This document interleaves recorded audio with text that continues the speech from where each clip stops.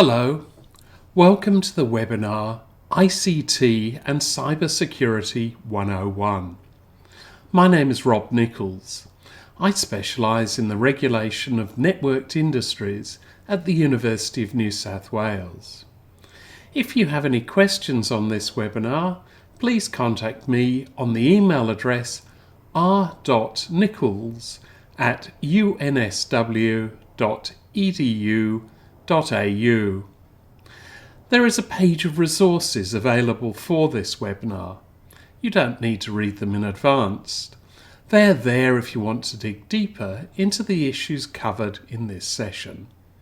The aim today is to look at some of the issues which are associated with cybersecurity in energy. What are the drivers of those costs? I'm also going to be looking at some of the issues associated with expenditure more generally on information and communications technology. This is sometimes referred to as IT or ICT expenditure, or sometimes as IT or ICT investment. What I'm trying to do today is to help draw out a framework as to how we can think about the issues, particularly the costs and risks, that are associated with ICT investment from a consumer perspective. Ultimately, the question is how to ensure that ICT or cybersecurity investment by energy companies benefits consumers. So that leads to the goal of this session, which is to increase transparency about ICT. It's also partly to build knowledge for advocates and increase advocacy capacity when you engage with network businesses.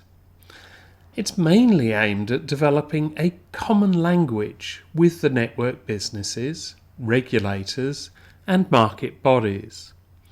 The idea is to provide a level of knowledge and capacity that allows for appropriate advocacy in this space. Let's start with cybersecurity. I think you often get a discrepancy, which this cartoon is trying to illustrate. This is the discrepancy between the work that's done in investment for cybersecurity and the actual outcomes that are obtained.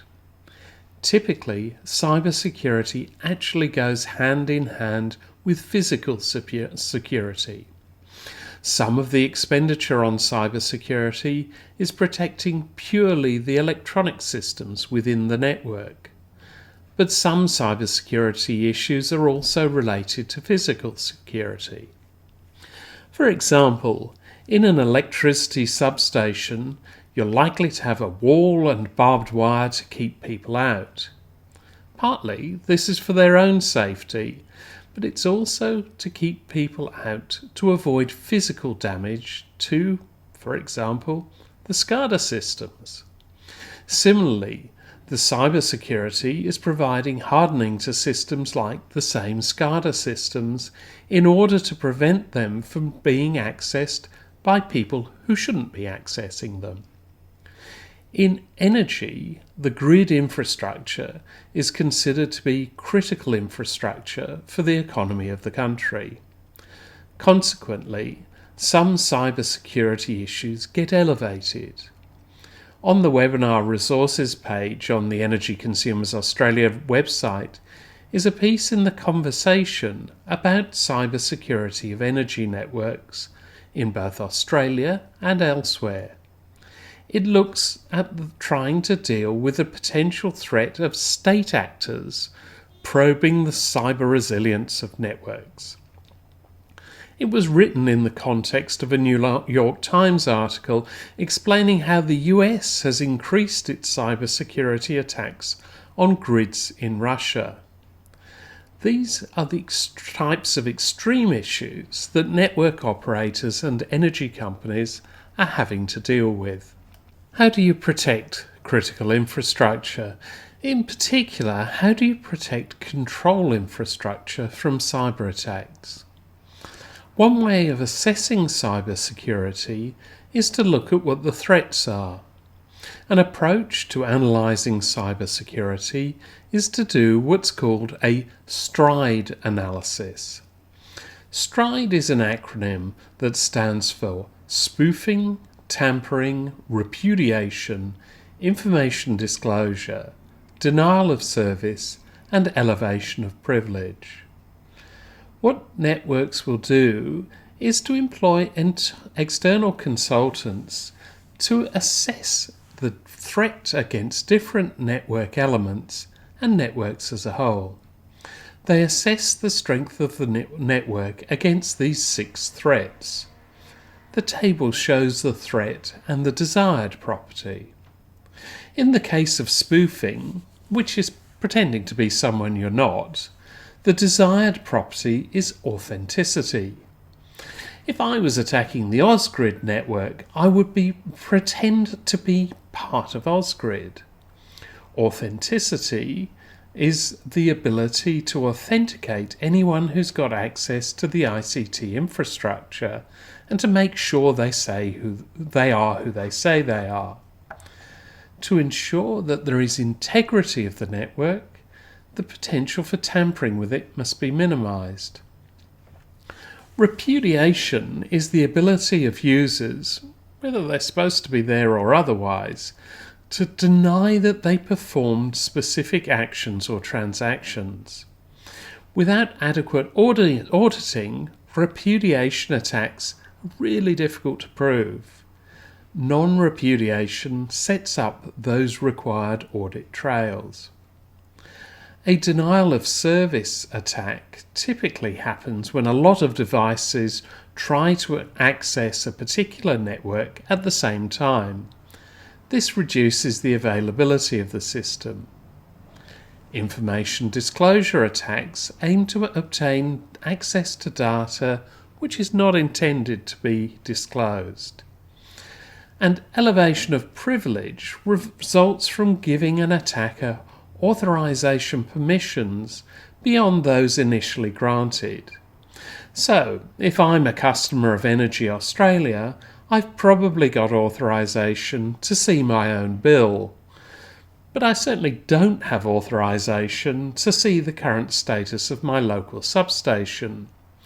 So, if I was involved in a cyber attack, I'd be looking to elevate my privilege.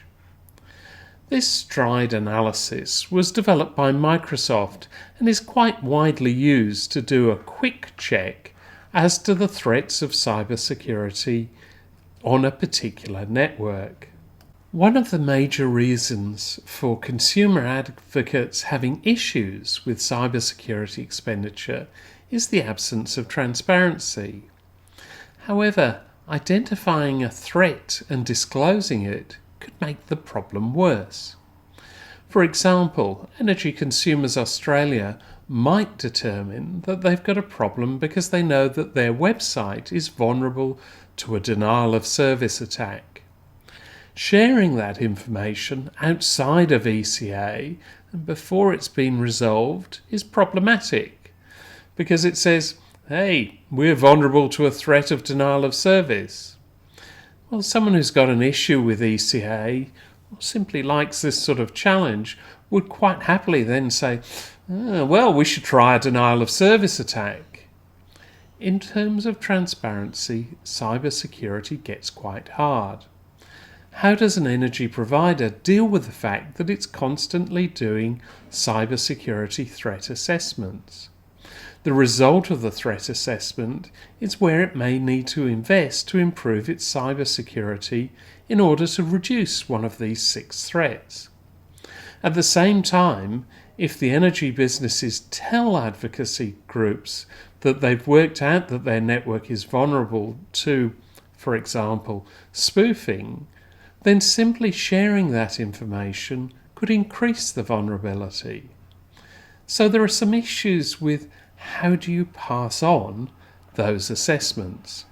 What I'm going to try and do now is to have a look at some of the drivers behind these costs and see whether those drivers affect all sectors. I'll try and show you how you could get to some measures which show whether a particular cybersecurity investment represents either good value for money or value for money, or is important from a consumer perspective. This slide shows an electricity network and illustrates where there is potential for cyber threats within the network. These occur where the systems do data transfer, and again where radio communications happen. The reason for being worried about where radio communications occur is that potentially, locally, you could either disrupt those radio communications or potentially spoof them by, for example, pretending to be a generator at a large switching station where data transfer occurs. You can see these issues on the screen. This diagram comes from both Energy Networks Australia and Standards Australia New Zealand. There are a number of different points within the distribution network, ranging from generation to distribution. It doesn't matter whether that generation is renewable or fossil fuel. You need to construct control systems to talk to both generators and to switching systems. You need control systems to talk to both ends of the transmission infrastructure. You need control systems to talk to both ends of the distribution infrastructure. And this doesn't change in a world where there's distributed generation of electricity, although perhaps you'll need even more points of control if you've got distributed solar or distributed wind forming part of your grid. You still need to be able to communicate with all network elements. For example, in a world where electric cars are both consumers of electricity when they're on charge, but potentially producers of electricity in particular load peaks, and where they're connected to internal systems within a house, then you have the potential for cyber security issues to arise from all of these elements. What this means is that particularly for electricity networks, there are a variety of control systems that need to talk to many of the elements within the whole network. In addition to that, there is access to data that comes from simple things running into contact centres, but also potentially from in-home energy management systems. Such a system might access the internet to do time of day billing, or it might use the internet to switch between own generation or using the grid. Even just making decisions as to what time of day the dishwasher should go on, if that's done in a smart home system, that smart home is communicating back to centralised networks. Within the home, the dishwasher is talking to the smart home controller, quite likely over an internal and unsecure Wi-Fi network. The potential for cybersecurity issues is quite large. Gas is slightly different. This slide comes from an American gas distribution company. Ultimately, you have some of the same infrastructure, particularly in terms of control. There are fewer SCADA systems within the distribution system, but you do have similar issues on gas pipelines in both gas transmission and gas distribution networks, and all of the internal interfaces. That is, the business systems that run energy companies, whether they're gas or electricity, are both subject to the same cybersecurity issues. One of the big challenges that energy networks have, which is rather different to those facing other utilities like telco, is the extent to which there's outdoor plant. Substations, for example, are often overground rather than underground, and often not in manned facilities where there are people present at all times. Instead, they are in remote and remotely monitored facilities, and this means that energy is slightly different in terms of cybersecurity than other sectors. It's probably more comparable to roads and traffic management, where remotely controlled traffic lights are part of the management system. However, in roads, if the link from a particular junction to the central control goes down, the junction manages traffic flow locally. There's also a difference which comes from compliance requirements. Because, as I've mentioned, energy infrastructure is critical infrastructure, these compliance requirements occur at both a state level and a federal one. There are specific requirements in New South Wales, South Australia and Victoria. There are increasing expectations from the Commonwealth. Issues that come through from defence and from home affairs impose conditions on energy companies and on telcos and other utilities relating to the fact that their infrastructure is critical infrastructure. As a next step, I'm going to go through a framework of cybersecurity. I'm going to do this for the specific reason that this framework is the heart of the framework that's also applied in the state government requirements. It's also traceable to the federal government requirements. The rationale behind this explanation is that if we're going to move to an environment where there's a higher level of transparency, we need to settle on a language to be used by consumers, energy businesses and regulators. One approach is to use the language used by the states in Australia and based on a US standard made by NIST, a standards body in the United States. It sets out a framework based on 5 key pillars of cybersecurity. These express what the risk is and how it's being managed.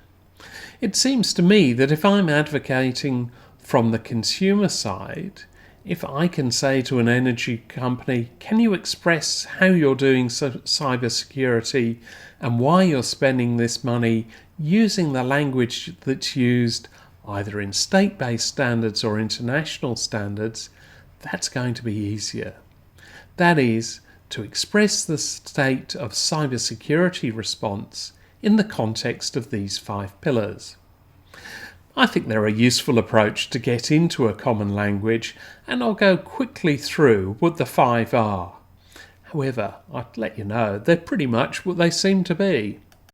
The identify function is to actually work out what are the cybersecurity risks. This might be in the form of the STRIDE assessment that I talked about before. It's an examination of the risks faced by the systems, people, assets and data. It's the risks flowing from existing capabilities. The outcomes of this function are essentially looking at how do you get to a risk management strategy for the risks that you've identified. I'm going to come back to risk management again in the context of ICT investment. The next pillar is the protect function, and it's doing exactly what you'd expect from the word. Having identified the risks, the next step is working out how you can protect against those risks. This is likely to include both the establishment of data security systems and also the management of those systems once you've done that identification. The next function is detection.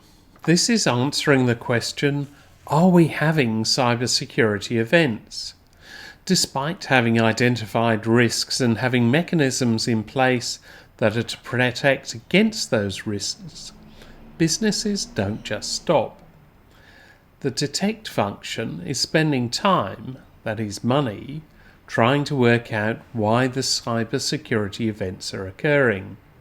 From a governance perspective, it means working out why the identification process did not find the risks and why the protection function did not respond to additional events. It means making sure that this doesn't happen again in the future. The respond function includes appropriate activities to take action regarding a detected cybersecurity incident to minimise impact. It might also include reviewing how to let customers know the effects of this cybersecurity breach. Again, from a governance perspective, it means working out whether the response plans and the disaster recovery processes operated properly. Once an event has occurred, the recover function identifies appropriate activities to maintain plans for resilience and to restore services impaired during cybersecurity incidents. This means fixing the breach and recovery. It also means addressing the issues that are associated with that threat. After that, you start the whole process over again with identification. So the cycle is identify, protect, detect, respond, and recover. It's the cycle of activities in cybersecurity. It seems to me, as I've said, potentially one way of improving transparency of understanding between the energy businesses and consumer groups is to try and work out a common language, and then use this language or some other framework language that says the millions of dollars energy companies are investing in cybersecurity isn't just the line item cybersecurity. Instead, it is the works that are involved in a predefined set of functions. For example, most of the investment in one time period is going into protection. Or, because we're early on in the process, most of the investment to start off is going to be in the identification of potential threats. In my view, this common language is essential. I'm now going to look at information and communications technologies. What we're seeing in terms of ICT is that in the past we've had the approach of energy companies delivering energy, measuring consumption, and sending a bill and replies to customers. In more distributed networks, shown on the right-hand side, there is a lower degree of centralization because energy generation is much more distributed. However, as energy generation becomes more distributed, there are many more points at which information and data need to be collected and monitored. There are many more points where there is a need to have control. The effect of this is a demand for significant increases in the investment in information and communications technologies. And this puts a bigger load on the IT capacity of energy companies. The left-hand side of this slide is sourced from SAP. I'll return to SAP a bit later on. It's enterprise resource planning software that has lots of modules for energy producers. SAP sees benefits flowing from ICT expenditure for both consumers and for utility companies. What the slide doesn't say is that SAP also has a benefit from this because there's an increased cost in ICT investment and, necessarily, some of that is in SAP products. SAP is a critical provider of ICTs. The slide shows that an enterprise resource planning software is the basic form of software provided by SAP. On the right-hand side of the slide, you can see some of those modules, and they go way beyond the heart of the business. They go from actually running an energy company as an enterprise, through finance and management of the enterprise, to customer relationship management, and as far out as human resources management. These issues mean that there is a high reliance on energy companies on the provider of those resources. And typically, in this country and in many other countries, this is SAP.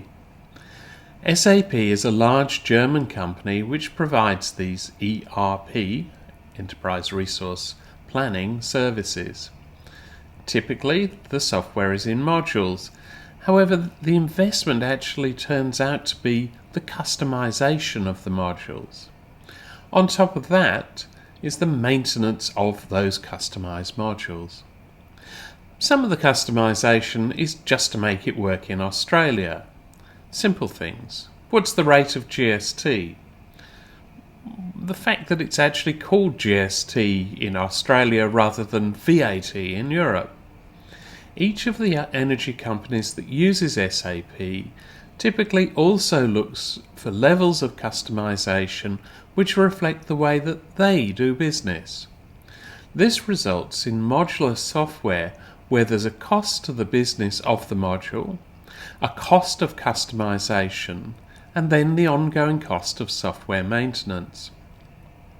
Although these modules benefit the energy company in the delivery of its business, it's not always clear how those investments translate into consumer benefits. It's also quite hard to benchmark how much energy companies should be spending on ICT. The chart on the slide comes from a report by Deloitte. The report is actually a survey of chief information officers from around the world as to how big the ICT budget is as a percentage of revenue. The conclusion from Deloitte was, on average, it's just over 3.25% across all industries. Relevant here is energy and resources. Sadly, that's not just energy companies, but also mining companies. Here, the average expenditure reported by the CIOs was about 2.5% of revenue. You can see that in other business areas, for example education, the expenditure is significantly higher. In businesses where there's a lower degree of automation and a lower degree of data use, like construction, the ICT budget is significantly lower. There are a couple of risks that flow from benchmarking. The first is a problematic signalling issue, and that is that if a benchmark is set, that benchmark may simply become the norm. That is, we target to meet the benchmark rather than target to exceed the benchmark. In the longer run, this isn't good for consumers or the businesses. The second issue is the one of the way that the costs are made up. Think of an energy business which has 500,000 customers. Its ICT expenditure might be $50 million per year. So, based on this, you'd say that the benchmark per customer is $100. But let's say there's also a rival energy company which has 1 million customers. Its ICT expenditure is $60 million a year. From that, you'd say, well, the benchmark should be $60. In practice, both have a fixed part of their ICT cost and a variable part of their ICT cost. So the benchmark becomes much more complicated than a simple dollars per customer or percentage of revenue basis. One of the things that can be seen from experience, and particularly from a consumer perspective, is that there's a wide degree of variation in energy company ICT expenditure. Some businesses are in different parts of the cycle of investment in ICT. There may be significant differences in the makeup of ICT expenditure between energy businesses. So, what's the money spent on? Well, I've mentioned software licensing. There's expenditure on software licensing and then follow-up expending on software maintenance. However, actually implementing software also creates costs. The IT business function within energy businesses is required in order to make the software that's acquired actually work. This function also manages the maintenance of software. If each time there's a new version of software brought out, the IT department of the energy company needs to think about, well, do we implement this version or do we wait for the next big version? How much time do we take testing this version out of the business context? For example, much time do you spend testing in a staging environment in order to make sure that the upgrade doesn't have an unforeseen impact on the business? This cost is also changing. As software moves from being supplied on a license for a period basis to being provided on a cloud basis, the frequency of change to the software itself also goes up. This means that life cycles of ICT investment are changing. In the past, this was always associated with how long before the need to replace the underlying software, the cost of maintenance of that software, and the cost of upgrades. The difference raises questions as to how to treat maintenance and doing upgrades from a financial reporting perspective. The associated benefits may be less clear from a consumer perspective. For example, if there's an upgrade to an SAP module for human resources, what benefits flow to the energy company, and how are those benefits translated to consumers?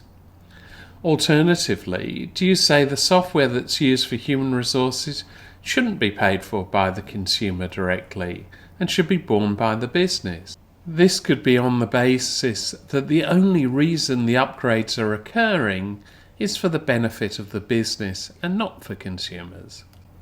However, we need to be careful in addressing the question. The upgrade will only be done on the basis of a cost-benefit analysis. What I'm going to just suggest over the next few slides are ways in which we can make both the discussion of ICT issues more transparent. The aim is to ensure that both the energy providers and consumer groups can see where this expenditure is going. Importantly, who are the beneficiaries? We would expect to see investments coming through to provide a benefit. If investments in ICT are funded by you and me as customers, we would expect that to lead to reductions in operational expenditure. Over time, this would lead to lower operational costs and therefore a benefit for consumers. Ultimately, the outcome is lower prices at some point, either in this or the next reset. If there is capital expenditure for a business improvement, we'd actually expect to see the benefits in the current reset cycle. If there is an investment of millions of dollars in ICT for the business, that investment will only be prudent if it provides some benefits, and those benefits should flow back to consumers. That's essentially the heart of the issue that we're dealing with. However, it's actually quite hard, and some of that difficulty flows from, how you classify information and communications technology expenditure. For example, do you say that investment in a SCADA system is operational technology and infrastructure investment, or is it ICT? Why do we draw a distinction between the two? In a changing environment, how do you deal with developments in network management technology? The end point of a SCADA system is typically a standalone device provided by an industrial controls company. It's OTI. However, if you harden a SCADA system as a cybersecurity measure, is that operational technology and infrastructure spend, or is it ICT expenditure?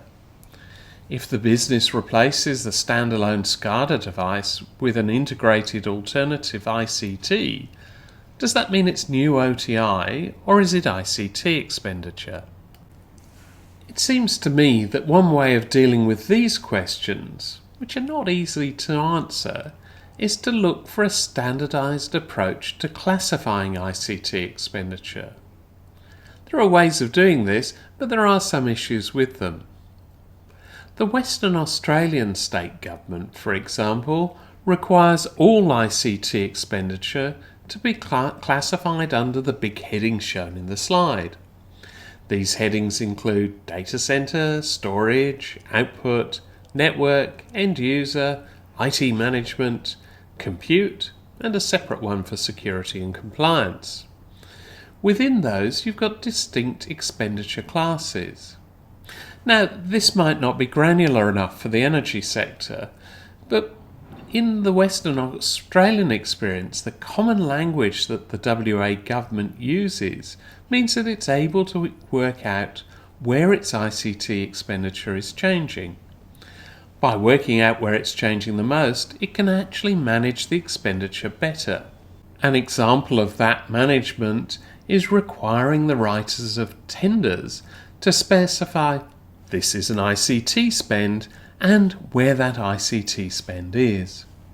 If you're going to market, the classification determines what proportion of the project is associated with network and what proportion with communications. Getting to a standard approach to a classification both the acquirer of the services in this case and the seller, also in this case, can use requires a common language. I think in the energy sector, the potential for getting to an appropriate, clear classification of ICT expenditure will benefit consumers, the energy companies themselves, and the regulators in understanding where the expenditure is occurring. There is a separate question as to whether the expenditure is prudent.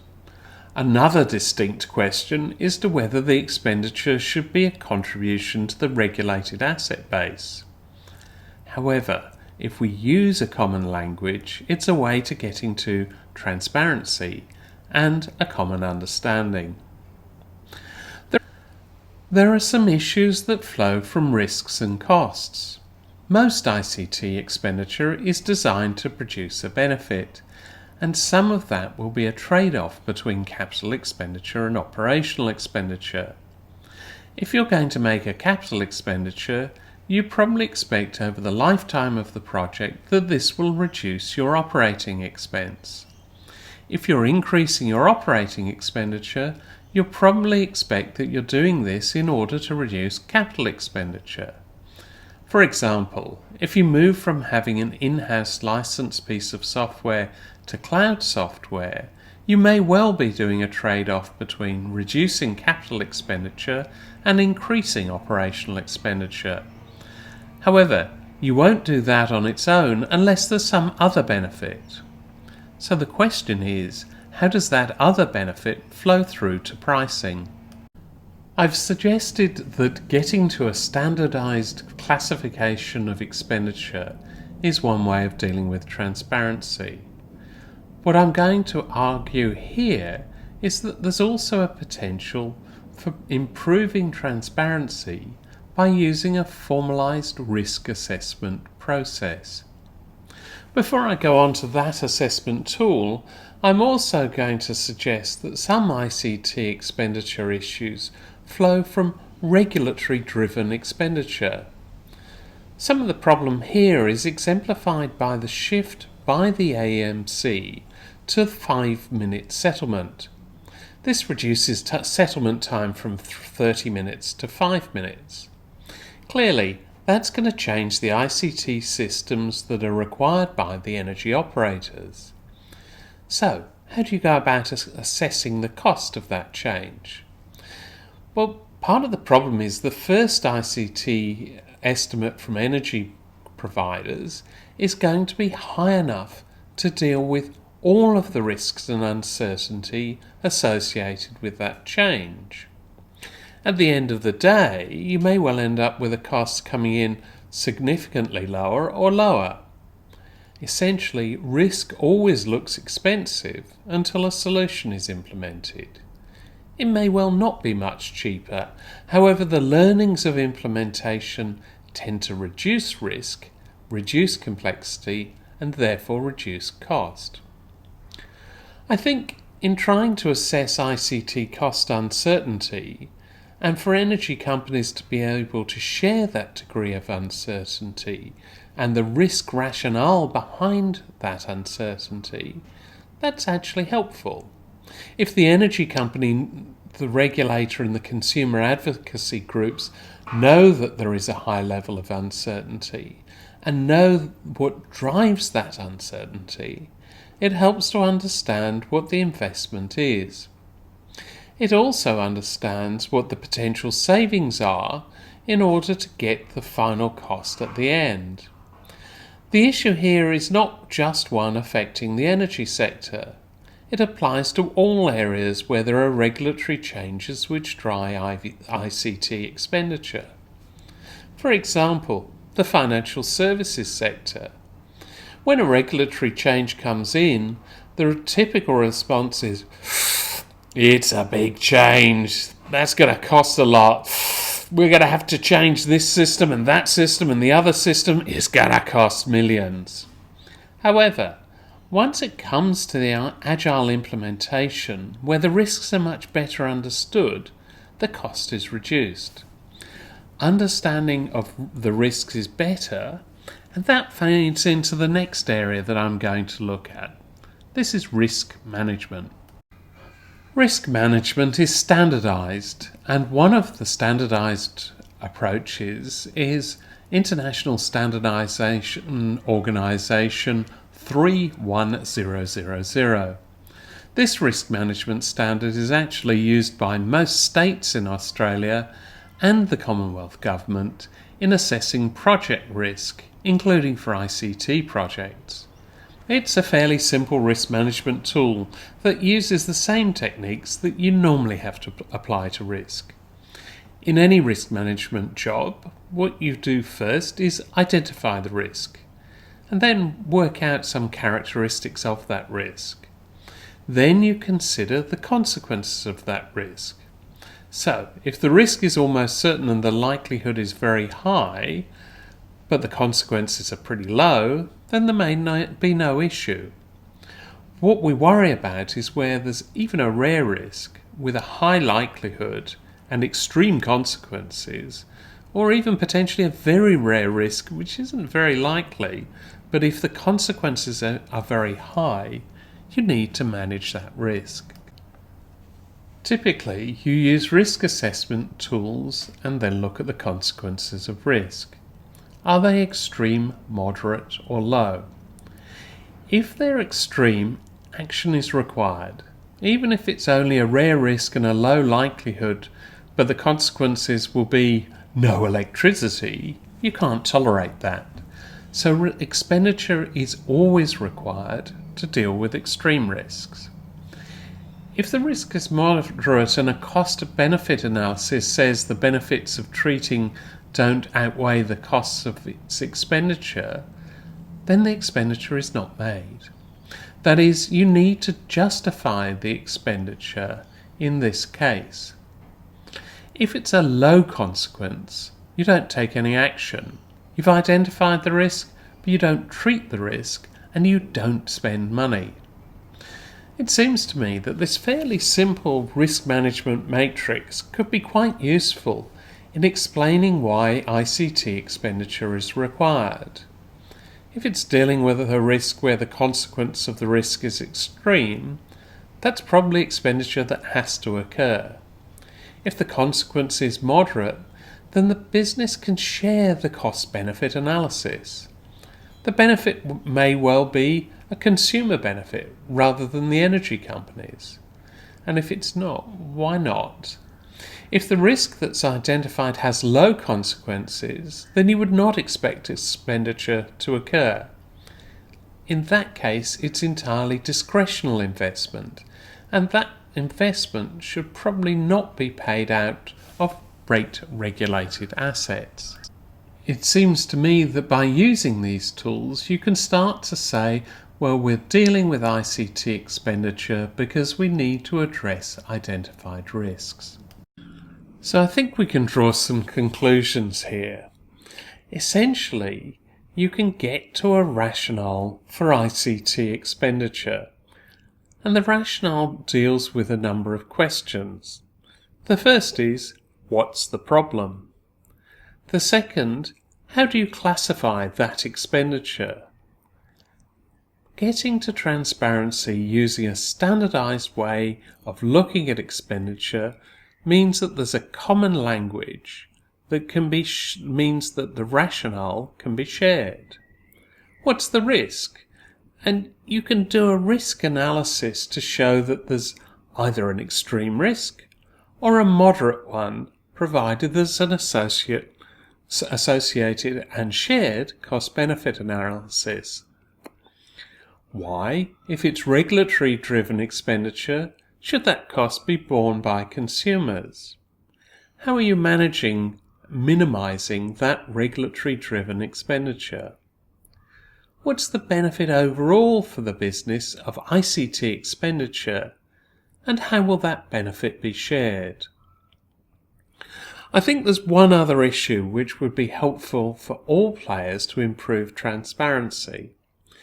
This would be if SAP's technology roadmap was made more widely available. In particular, an understanding of when support will no longer be available for specific modules at specific releases. That is, when is SAP driving expenditure which can't otherwise be justified? Well, I hope what I've done here is to give you one approach which could be used to address ICT expenditure and would allow energy companies to be more transparent with both consumers and regulators in a way that doesn't say, I mustn't spend money on ICT. Instead, it gets to clarity and transparency to show the expenditure is justified. Well, that's the material I wanted to go through today. I hope you found it useful. Please contact me if I can clarify any issues.